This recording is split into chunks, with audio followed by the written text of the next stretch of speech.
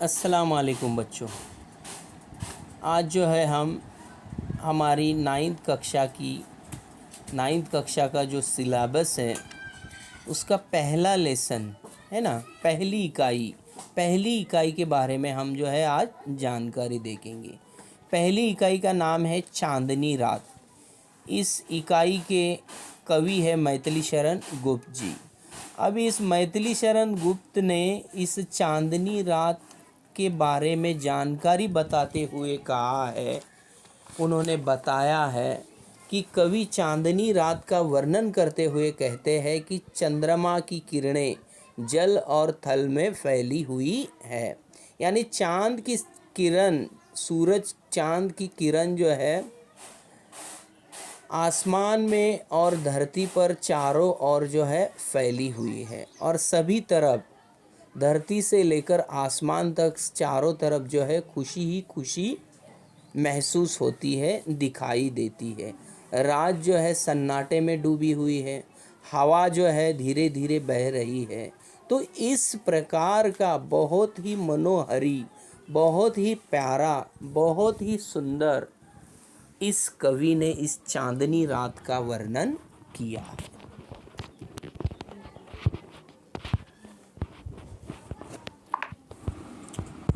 मैथिली शरण गुप्त जी का परिचय देखिए।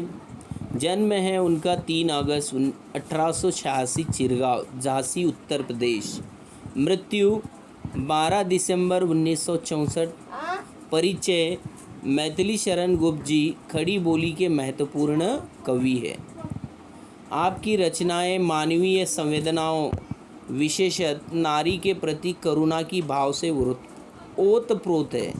अब यहाँ पर देखिए, मानवीय संवेदनाओं, विशेषतः नारी के प्रति करुणा की भावना से उत्प्रोत है। मतलब ये जो कवि है मैथिली शरण गुप्त जी, स्त्रियों के बारे में इनका हृदय जो है स्त्रियां पर कर्म करने वाला है, दया करने वाला है, स्त्रियों पर रहम करने वाला है। इनकी प्रमुख कृतियां देखिए। साकेत, ये उनका महाकाव्य है। महाकाव्य मतलब बहुत ही बड़ी पोएम की किताब। यशोधरा, जयद्रथ वध, पंचवटी, भारत भारती, ये उनके क्या है, खंडकाव्य है। खंडकाव्य मतलब छोटी पोएम की किताबें। रंग में भंज, राजा प्रजा आदि उनके क्या है, नाटक है। तो बच्चों देखिए, कठिन शब्द जिसे हम शब्दार्थ कहते हैं, है ना। पहला शब्द देखिए चारु। चारु का मतलब है सुंदर। इसे लिखना है, हाँ तुमको लिख लो बच्चों। चंद्र, चंद्रमा। थल, थल का अर्थ है धरती। स्वच्छ यानी साफ, इसे हम निर्मल भी कहते हैं। चांदनी, चंद्रमा की किरणें। अवनी, अवनी का मतलब है धरती। अंबर, अंबर का मतलब है आकाश। पुलक, पुलक मतलब खुशी, आनंद जिसे हम कहते हैं, है ना। थल, धरती। देखो, थल को भी धरती कहते हैं, और है ना। तृण, तृण मतलब घास, जो जानवर खाते हैं उसे हम घास कहते हैं। झूम मतलब झूमना, खुशी से झूमना यानी खुशी होना। तरु, तरु का मतलब है पेड़। मंद, धीमे, धीरे धीरे। निस्तब्ध, सन्नाटे से भरी यानी कोई आवाज़ न निकलना। निशा, रात। स्वच्छंद मतलब स्वतंत्र। सुमंद, मंद मंद, मंद मंद मतलब धीरे धीरे। गंधवाह, वायु, यहाँ पर वायु का मतलब है हवा। निरानंद, आनंद रहित। आनंद रहित मतलब कौन ऐसा हैप्पी नहीं है, आनंदी नहीं है, खुशी नहीं है ना। नियति, नियति रूपी। नटी, नर्तकी यानी नाच काम करने वाली। कार्यकलाप, गतिविधि, क्रियाकलाप यानी काम, इसे हम वीरान कहते हैं, सुनसान। वसुंधरा, वसुंधरा का मतलब फिर से धरती। विरामदायिनी, आराम देने वाली। शून्य, आकाश। श्याम तनु, सावला शरीर।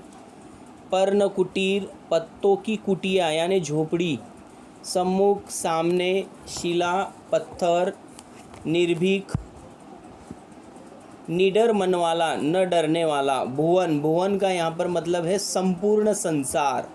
भोगी, भोग करने वाला, कुसुमायुद्ध कामयुद्ध, कामदेव कहते हैं इसको, योगी तपस्वी, दृष्टिगत जो दिखाई पड़ता है यानी दिखाई देने वाला, इस प्रकार।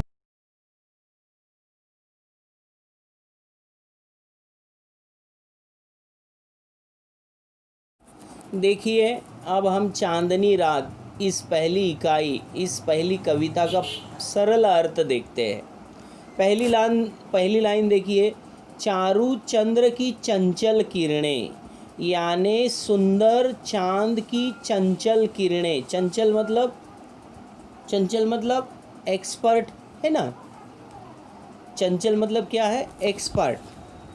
यानी चांद की सुंदर किरणें, चांद के चंचल सुंदर किरणें खेल रही है जलथल में, यानी चांद की किरणें आसमान में ज़मीन पर खेल रही है। तीसरी लाइन देखिए, स्वच्छ चांदनी बिछी हुई है। स्वच्छ मतलब साफ सुथरी चांदनी चारों तरफ फैली हुई है। 3 लाइनें समझ में आई। चौथी लाइन देखिए, अवनी और अंबर तल में। देखो ये चांदनी जो है, ये सितारे जो है धरती पर आसमान में चारों तरफ फैली हुई है। अब देखो दूसरा पैराग्राफ, पुलक प्रकट करती है धरती, है ना। पुलक का मतलब है खुशी, यानी धरती खुशी प्रकट करती है। प्रकट मतलब प्रेजेंट, प्रकट मतलब क्या है, प्रेजेंट करती है। हरित तृणों की नोकों से, देखो खुशी कैसे महसूस करती है धरती, हरी घासों के नोकों से ये खुशी धरती जो है प्रकट करती है। अगली लाइन देखो, मानो झूम रहे हैं तरु भी, ऐसे महसूस होता है धरती पर हरे हरे घास ऐसे लहराते हैं जैसे पेड़ पौधे लहराते हैं। तरु का मतलब क्या है, पेड़। तरु का मतलब क्या है, पेड़। ऐसे मतलब क्या है कि घास ऐसी लहराती है धरती पर जैसे पेड़ लहराते हो। मंद पवन के झोंकों से, यानी धीरे धीरे, मंद मतलब धीरे हवा के झोंकों से। पवन मतलब क्या है, अब देखिए हवा। क्या ही स्वच्छ चांदनी है, क्या ये साफ सुथरी चांद सितारे है क्या ही निस्तब्ध निशा, क्या ये सन्नाटे भरी रातें हैं। निस्तब्ध मतलब सन्नाटे से भरी रात, निशा मतलब क्या है, रात। क्या ये साफ सुथरी चांदनी है, क्या ये सन्नाटे भरी रातें हैं, इस प्रकार से है। स्वच्छंद सुमंद गंध वहा, है ना। स्वच्छंद मतलब स्वतंत्र, है ना। ऐसा महसूस हो रहा है कि स्वतंत्र आज़ादी से हवा जो है खुशबूदार बह रही है। आया समझ में यहाँ तक। अगली लाइन देखो, निरानंद है कौन दिशा, ऐसी कौन सी दिशा है, निरानंद है कौन दिशा मतलब ऐसी कौन सी दिशा है जहाँ पर खुशी नहीं है। बंद नहीं अब भी चलते हैं नियति नटी के कार्यकलाप। देखो चौथे पैराग्राफ की पहली 2 लाइन का मीनिंग देखिए, बंद नहीं अब भी चलते हैं नियति नटी के कार्यकलाप। मतलब जो माहौल है, माहौल के काम बंद नहीं होते। नियति नटी के कार्यकलाप मतलब जैसे नर्तकी नटी के काम चलते हैं, जो नाचने वाले जो नर्तकियां होती है उनका जैसा नाचना चलता है, उनका जैसा काम चलता है, वैसे हमारे धरती का काम जो है इस नटी की तरह कार्यकलाप चलता है। पर कितने एकांत भाव से, अगली लाइन देखो, पर कितने एकांत भाव से, परंतु कितने शांत काम है इस माहौल के। हमारे काम देखो, हम जो है ये काम करते हैं तो पूरा जो है पूरे मोहल्ले को जमा करते हैं, इतने जो है ज़ोर से जो है हमारे काम होते हैं, इतने हमारे सन्नाटे से काम होते हैं।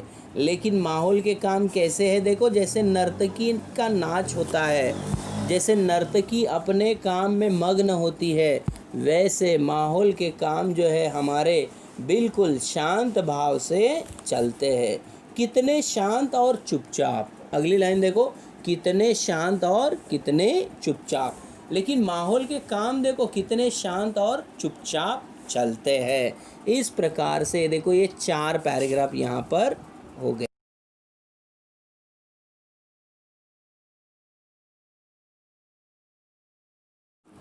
पेज नंबर 2 देखिए। पेज नंबर 2 का पहला पैराग्राफ है, बिखेर देती वसुंधरा।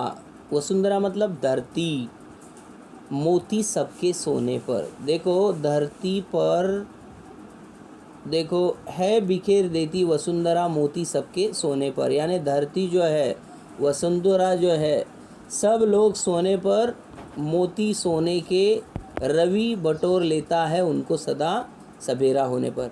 देखो ये लाइनों का मीनिंग देखिए, है बिखेर देती वसुंधरा मोती सबके सोने पर। जब रात में सब लोग सोते हैं तो धरती जो है ओस बिखर देती है। ओस मतलब शबनम। ओस का मतलब क्या है? शबनम। इसे मोती कहा है कवि ने, यानी मोते जैसे शबनम जो है सब रात में सोने के बाद लोग जब सोते हैं तो धरती जो है शबनम घास पर जो है बिखेर देती है। अब जब रवि बटोर लेता है उनको सदा सवेरा होने पर, जब सूरज निकलता है तो सूरज के गर्मी से, सूरज की रोशनी से, सूरज की किरणों से ये सब ओस जो है, ये ओस धरती पर गिरे हुए ओस जो है, घास पर पड़े हुए ओस जो है, ये जो है सूरज बटोर लेता है यानी साफ कर लेता है और आरामदायिनी अपनी संध्या को दे जाता है। आरामदायिनी मतलब आराम देने वाली। फिर क्या करता है? सूरज जब डूब जाता है, जब सूरज गुरूब जाता है तो जो है सूरज क्या करता है? आराम देने वाली रात जो है देकर जो है सूरज क्या करता है? गुरूब जाता है, जिसे हम अस्त कहते हैं। शून्य श्याम तनु, जिससे उसका नया रूप छलकाता है। जब वो सूरज गुरूबता है तो सांवले कलर का, है ना, सांवले कलर का शरीर जो है वो सबको दे जाता है। देखिए आप गुरूबता सूरज देखिए, गुरूबता सूरज जब देखेंगे तो हम जो है गुरूबने वाले सूरज को जब देखेंगे तो उसका श्री कृष्ण के जैसा कलर हमें दिखाई देता है। पेज नंबर 2 तीसरा पैराग्राफ देखो। पंचवटी की छाया में है सुंदर पर्णकुटी बना। कवि कहते हैं कि पंचवटी की घनी छाया में, घनी मतलब बिल्कुल बहुत सारे पेड़ों की छांव, उसे हम छाया कहते हैं। कवि कहते हैं कि पंचवटी की घनी छाया में सुंदर पत्तों की एक कुटिया बनी हुई है। कुटिया मतलब क्या है? झोपड़ी, घर, हाउस जिसे हम कहते हैं, है ना। तो 2 लाइनों का मीनिंग क्या है कि पंचवटी की छाया में है सुंदर पर्ण कुटीर बना, यानी इस घनी छाया में बहुत सारे पेड़ों की छाँव में बहुत ही खूबसूरत एक झोपड़ी बनी है, बहुत ही सुंदर घर बना है। उसके सम्मुख स्वच्छ शिला पर, सम्मुख मतलब सामने, स्वच्छ मतलब साफ सुथरा, शिला मतलब क्या है? पत्थर, है ना। इस सुंदर झोपड़ी के सामने बहुत ही साफ सुथरे पत्थर पर धीर वीर निर्भीक मना, है ना, निडर। निर्भीक मतलब क्या है? निडर, न डरने वाला। इस पत्थर पर न डरने वाला एक योद्धा बैठा है। योद्धा मतलब युद्ध करने वाला नहीं, एक साधु बैठा है। इस प्रकार से जाग रहा कौन धरनूर, है ना, जाग रहा कौन जो है ये धरनूर, कौन जागता है ये इंसान इतनी रात में। कवि कहते हैं इतनी रात में सब लोग सो रहे हैं और ये कौन है ऐसा योद्धा, कौन है ये साधु ऐसी सुंदर झोपड़ी के सामने जो है बड़े पत्थर पर बैठकर जाग रहा है।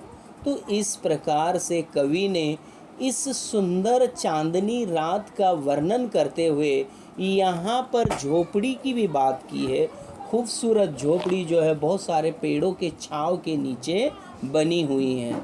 जबकि भुवन भर सोता है, यानी सारी दुनिया सो जाती है। भुवन मतलब संपूर्ण संसार।